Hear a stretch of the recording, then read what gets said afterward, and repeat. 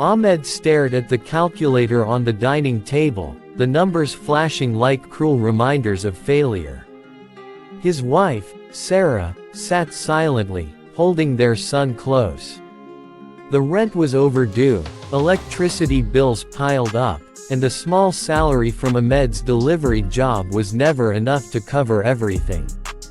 He had borrowed from friends and relatives, but the cycle of debt never seemed to end. Each month began with hope and ended with despair. That night, Ahmed and Sara decided they had two choices: keep drowning in debt or fight for a new future. Step 1.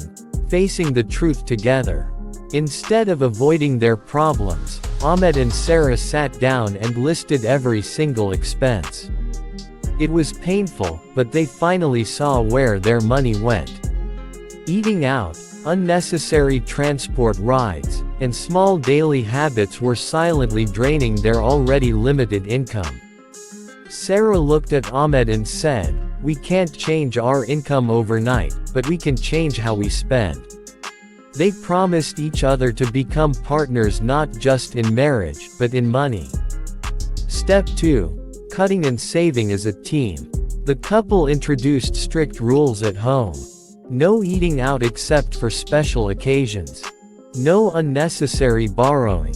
Every rupee saved would go into a future box. Even their son joined the mission, proudly dropping coins into a small jar. It became a family effort, and slowly, they saved enough to cover small emergencies without borrowing. For the first time, they felt a sense of control. Step 3. Finding new income streams. Ahmed knew his delivery job wouldn't be enough. But instead of searching endlessly for another low-paying job, he asked, "What do we already have?" Sara had always been good at organizing and customer service. Ahmed knew the basics of running a small shop from his uncle. Together, they dreamed of starting something of their own. But dreams needed money. So, Ahmed began working extra hours, while Sara started selling homemade pickles and snacks to neighbors. Every rupee earned went directly into their future box. Step 4. The leap into business. After a year of disciplined saving, they had enough to rent a small corner shop. It wasn't much, just a few shelves, a counter, and a signboard that proudly read, "Family Mart, owned by Ahmed and Sara." On opening day, they were nervous. Would people come? Would they trust them? But the neighborhood responded warmly. Their honesty, friendly smiles, and Sarah's knack for remembering customers' preferences made their shop stand out. Slowly, their daily earnings grew. Step 5. Reinvesting wisely. Instead of spending profits on luxuries, Ahmed and Sara reinvested in their business.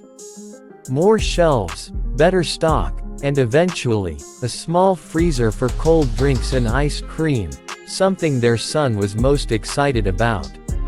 They also opened a savings account and set aside money for their son's education. They no longer lived day to day, they were planning for the future. Ahmed proudly told his friends, "Debt controlled my life once, but now, I control my money." The transformation. Within 3 years, Ahmed and Sara transformed from a family buried in bills to proud business owners. Their shop became a local favorite, and their financial stress turned into financial strength. They weren't rich yet, but they were free from debt, and more importantly, they had regained their dignity. Their son often stood outside the shop, smiling at the signboard with his parents' names on it. He once whispered to his mother, "Mama, one day I'll make it even bigger." Sara's eyes filled with tears of joy. The lesson. Ahmed and Sara's journey shows that financial freedom is not about luck, it's about choices. Face the truth. Denial makes problems grow, honesty makes them shrink. Save is a habit, not an afterthought. Even coins in a jar build futures. Turn skills into income. Your talent may hold the key to your breakthrough. Reinvest, don't overspend. Small sacrifices today create lasting security tomorrow. Their story is proof that even families stuck in debt can rewrite their future with discipline, unity, and vision. Ahmed once stared at unpaid bills, wondering if his family would ever escape the cycle of debt.